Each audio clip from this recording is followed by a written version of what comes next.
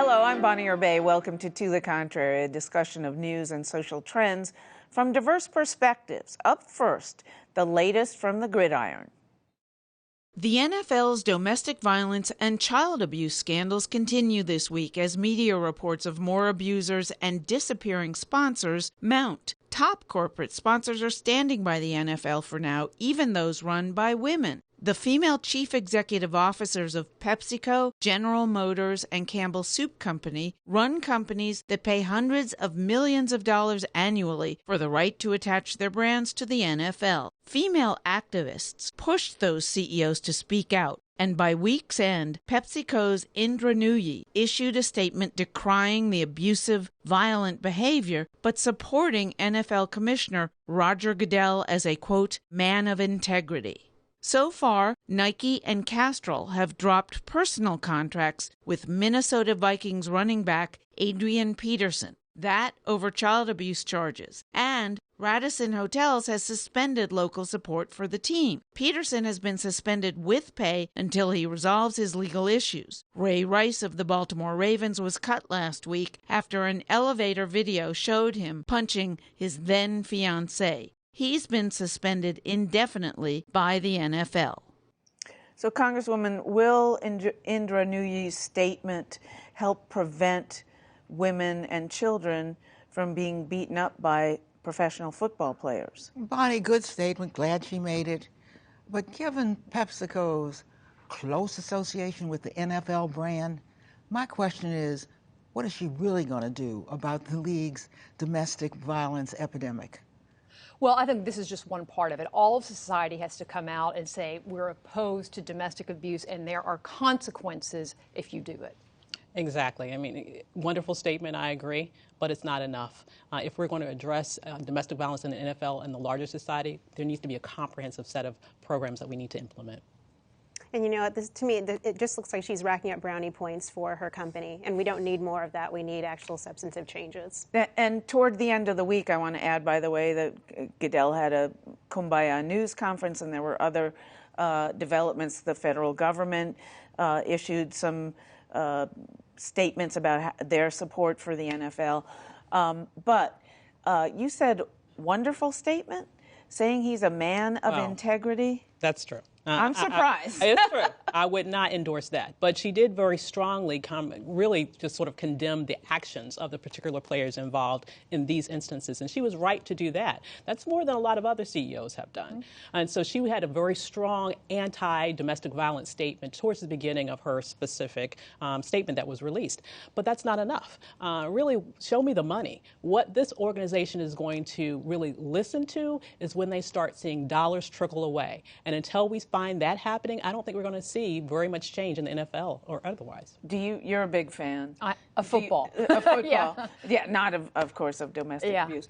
But do you think there's any palpable change going to come? I just look at everything as sort of stonewalling and all these cosmetic changes, like the appointment of the 4 white women to an advisory board when the NFL is 75% black. But it's more women.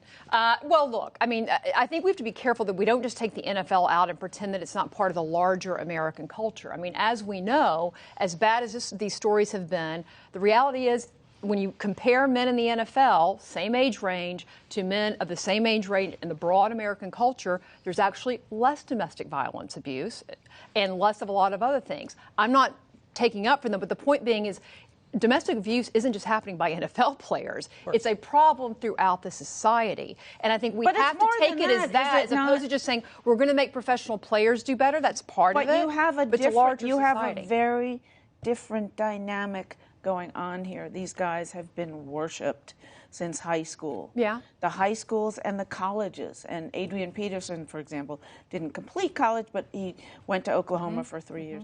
Why are they passing him? Well, so clearly just going to college and getting an education isn't the answer here, right? Well, they're not, but that's the whole point. They're not really getting an education. If he had an education, he might have known that beating a 4-year-old with a whip is against the law. Well, my guess is they do know certain things are right and wrong, but they choose to do wrong anyway. And that's they're given a pass. And why, the high schools and colleges, are they complicit in this by passing them, knowing they're not getting grades? And I agree, that we're all complicit in this sense. This sport defines us, and it defines our violence. And given the fact that we know how brutal the sport is, that it causes men to literally lose their minds, so that many parents are deciding not to let their children even play football for the disadvantage that comes to mental capacity. But I have to tell you why I'm bothered by her statement. It did not need the Goodell add-on. Right. And why did it get that? Her brand, she regards that brand as so important that she pays $140 million a year just to use the NFL logo. And he apparently makes special trips to her company's site to celebrate the NFL. If she had left it out, none of us would have thought that she wasn't for Goodell. But by doing her statement that way, it seems to me she really took away from what was otherwise a very good statement. And given that very close association, apparently a personal association with Goodell, she should go to meet with Goodell. And I would expect that to indicate that she really is trying to do something about it. Otherwise, I agree, this is just the kind of preemptive statement you better make if you are a female CEO. There was some talk this week that holding female CEOs, even though they're CEOs of these huge companies, to a higher standard than the men isn't fair. I don't think it's fair. I think everybody ought to be opposed to domestic violence. I don't think it should have to be just women who step out and say this. But look, I think the reason they're so tied to it, like all these other companies, it's one of the few places you can still go and find a lot of people watching TV all at the same time. This isn't something you tape and watch later or you run through. Most people watch it. You get about 17 million people watching this every week. It's one place advertisers can still go. My thinking is, as opposed to throwing the whole sport away, let's make it better. Obviously, a lot of Americans like it for a lot of reasons, and not just because it's rough and tough, but there's a lot of, there's spirit in it. And a lot of people like being a part of a team and being part. You can do that. We can address health concerns. We can address things like this. And we should do that. I think Goodell and others, they've been late to the game. And even though I think he's been a great manager in many ways, I think he big fumble on this one. Not just a one-time, big fumble on this. Should he go? That's going to be up for the owners to decide. But aren't they too tainted to make that decision? They're all indebted to him. Well, but look, they have huge risk here. These teams, a lot of them exist, I think all of them, to make money, right? If the league goes bad, it goes bad for them. We have a little bit of time. The audience's reaction. The NFL made this big deal about appealing to women who are just about half their audiences. The breast cancer, wearing pink sneakers on the field for Breast Cancer Awareness Month. The whole thing. Some women think that women who continue to watch this sport are traitors to women. Are they, or are they not? Well, it's hard for me to make a blanket statement like that. It does bother me immensely when I do see women on TV wearing, for example, Ray Rice jerseys and saying how much they support him regardless of everything that happened. But the reality is we need to put the pressure on the ownership, in my mind, and on Goodell specifically. His idea, I think it's a wrong decision to have 4 white women, specifically domestic violence experts, to be hired to advise him. There are black women who have been in this field for decades and could provide some very culturally competent advice that apparently he needs for a organization that is more than 2/3 African American. Well, this just shows what a poor leader he is. He's really a follower. And just how many decades he is behind the world in terms of diversity, not just male, female, but of color. See, the owners are in league with him. He's protecting them. He's making money for them. So he is not going anywhere, but he's a poor leader. Witness the leader of the NBA. Yes. Where you get out in front, take a risk, and you find that people will be so impressed that they will follow you. You show me a risk that Goodell has taken, and I will show you somebody who is. He's been tough with the player unions, and that's one reason they like him. I'm not defending him. What is the risk there? That's to make him money. He's been a very good negotiator for the NFL with them, and so that's where owners and teams have come out very well. But look, I think it won't just stop here. The NBA has a lot of folks playing in it that are not role models that we want everybody to follow. Same thing in baseball, but same thing in outside the sports world. Look, as I stated earlier, the NFL, while you've got these scenes going on average, there's still fewer players committing those crimes than you see of men of the same age nationally doing the same thing. So your thoughts on the women's audience? Well, I mean, I think there's an opportunity here, number one, I see. I mean, on every coaching staff has some sort of character development coach. These are people who are working very closely with these players who should be able to take a stronger role in saying, hey, what's going on in your life, and being able to instill certain values. From a women's perspective, just watching this, I mean, I don't think that there needs to be every female CEO needs to come out and say something, because at the end of the day, as she mentioned, they're there for the bottom line, and if their consumers are driving what the response should be, then that's how they're going to judge and how they're going to do. All right. Going to respond. Thank you. Let us know what you think. Please follow me on Twitter at Bonnier Bay. From violence to work. Former Secretary of State Hillary Clinton says if women want to see changes in workplace policies, they should start a movement and vote. When we can turn an issue into a political movement that demands people be responsive during the election season, it carries over. So these issues have to be in the lifeblood of this election and any election. Clinton joined a panel of Democratic women senators and House members this week to highlight how women are key to a strong economy. If we had been able to close the gap between men and women participating in the workforce, our gross domestic product would be 10% higher. Now, when people are talking about how important it is to get growth going again, get jobs that are good jobs being created again, why are we leaving 10% on the table? The panel agreed that a flexible workplace, paycheck fairness, and paid leave are no longer issues on the margins. They're in the center of public debates. So she's coming out harder this time on women's issues than she did in 2008. Would it have helped her in 2008? Maybe, but I think this is, I think she's trying to find out who's the base that I need to make sure is out there, especially early on in the primaries. But I think, the Democratic Party nationally is trying to raise this issue of women are not paid the same as men and the like. And I will just say, I think women should make the same as men, too. They're doing the same jobs, have the same background, and so forth. But as we well know, when you do make those comparisons and you actually use those kinds of things to get your statistics, women are right behind most men. Look, Bonnie, in 2008, she had the same problem that Barack Obama had. He had to show that he was not running as a black. She had to show, as the first woman to get traction, she was not running as a woman. Then she saw what happened. Mm-hmm. The women came out in such huge numbers that she now understands she better team up with them early. And do you think she'll get their vote? Oh, I at the moment, absolutely. Well, wait a minute. I mean, she's raising reproductive issues as women's issues, but there are a lot of women's issues, things that women care about more, like the economy, finding jobs and employment, and a lot of the policies that she's going to suggest as being the solution to some of these women's issues are going to be things that are going to bring back and hold back our generation, like especially what? Young women, raising the minimum wage. Hold back young women raising the minimum wage. Well, my heavens. Putting more regulations on employers. No, raising the minimum wage. Where most of those who, in fact, are on the minimum wage are young women. But they're meant to be there temporarily. Minimum wage is not something you're meant to raise your children and raise a family on. A lot of people do.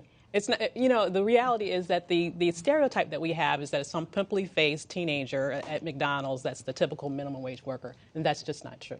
She also mentioned at this event, she said, I didn't realize this, I can't substantiate it, but 75% of people who make their living on tips are female. Yes. Oh, yeah, definitely. So she what was about emphasizing. drivers? She wasn't emphasizing. She was emphasizing dollar and cent issues. Mm-hmm. She wasn't emphasizing the social issues that we know there is some difference. She's doing it just the right way. Well, and I think it's worked quite a bit. I mean, look, and I think the larger Democratic Party will do this, not just Hillary. I mean, they think that turns women out. And unfortunately, I just think they use a lot of rhetoric that, frankly, doesn't get backed up.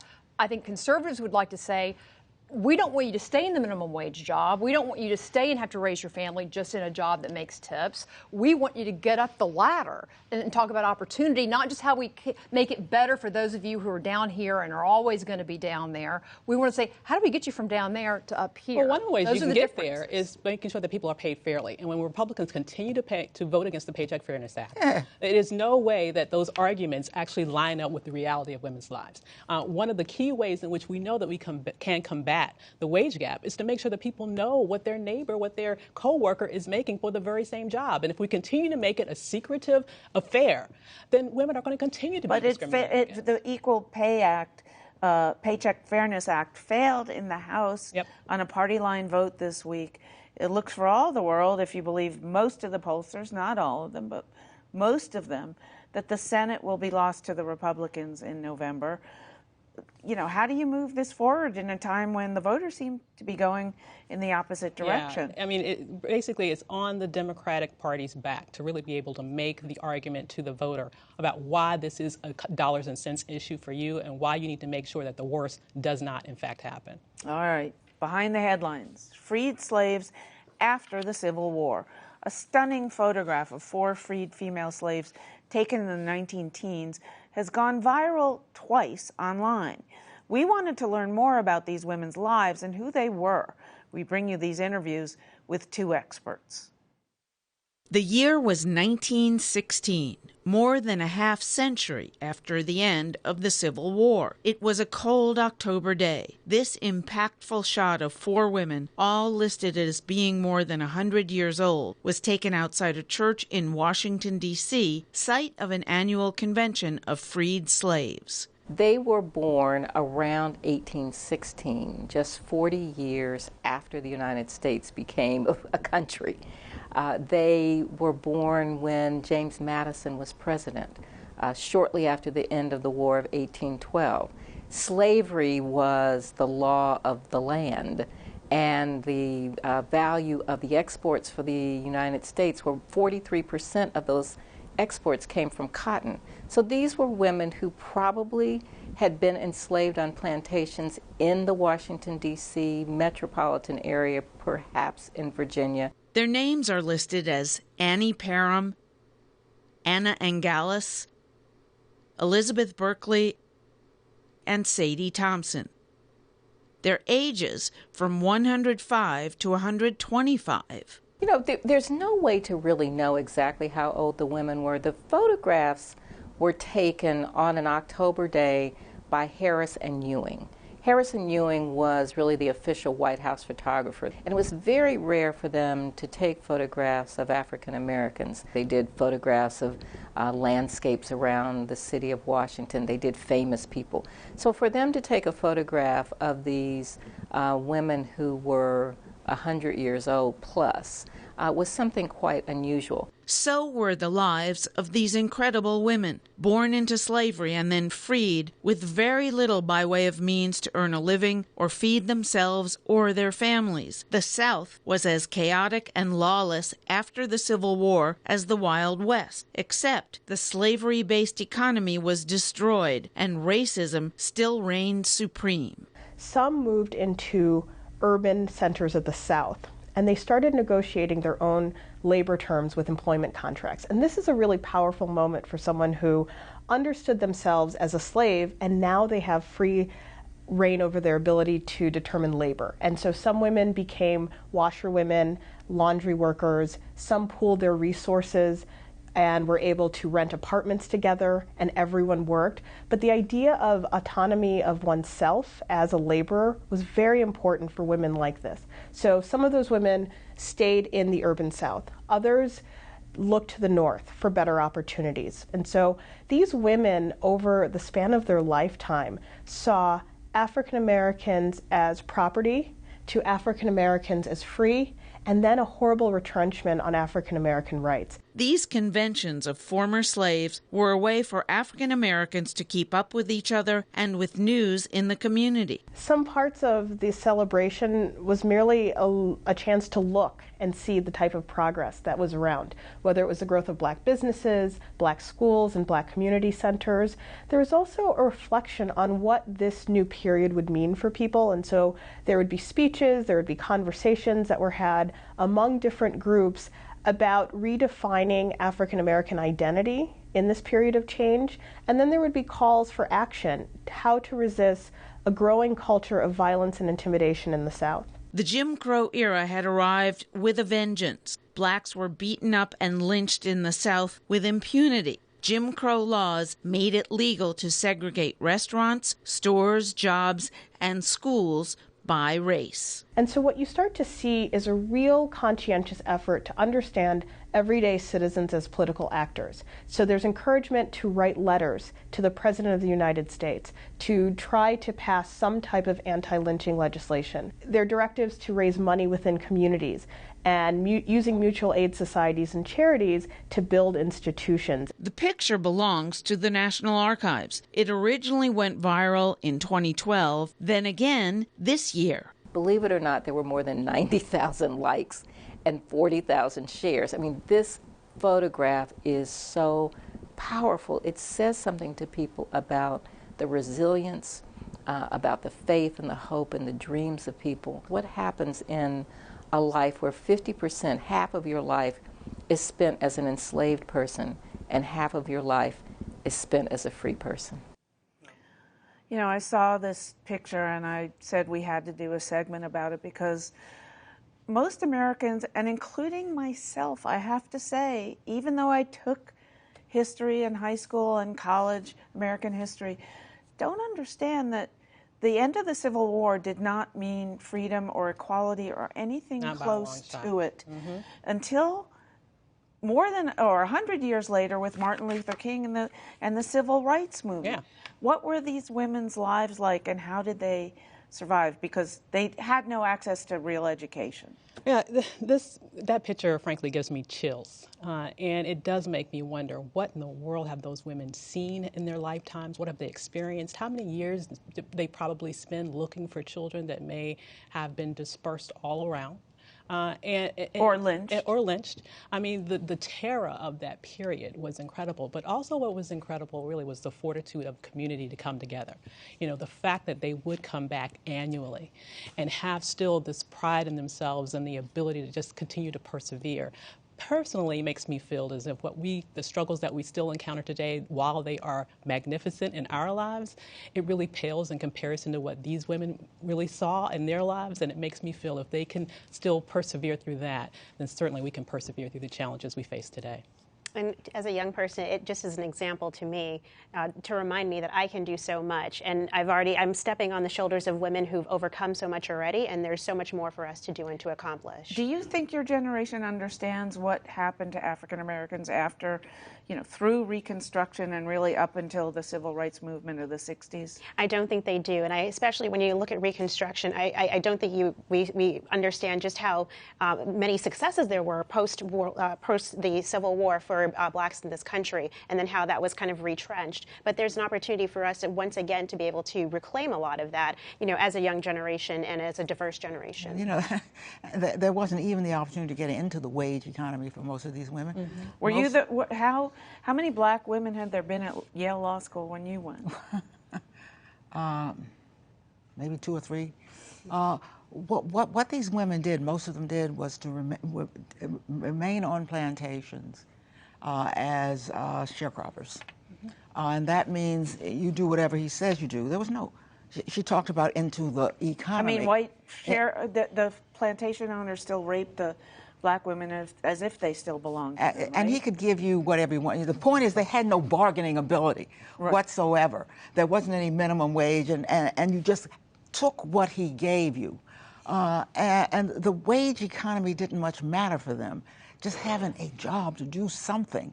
Now, these women got together in that convention for the very reason you said, for solidarity. Mm-hmm. Because, frankly, the whole country was against them, North and South. Yes. Nobody wanted to treat them fairly. So the point was to gather the solidarity and strength to do what it did to finally be where we are today. That's it for this edition. Please follow me on Twitter and visit our website, pbs.org/tothecontrary. And whether you agree or think to the contrary, see you next week.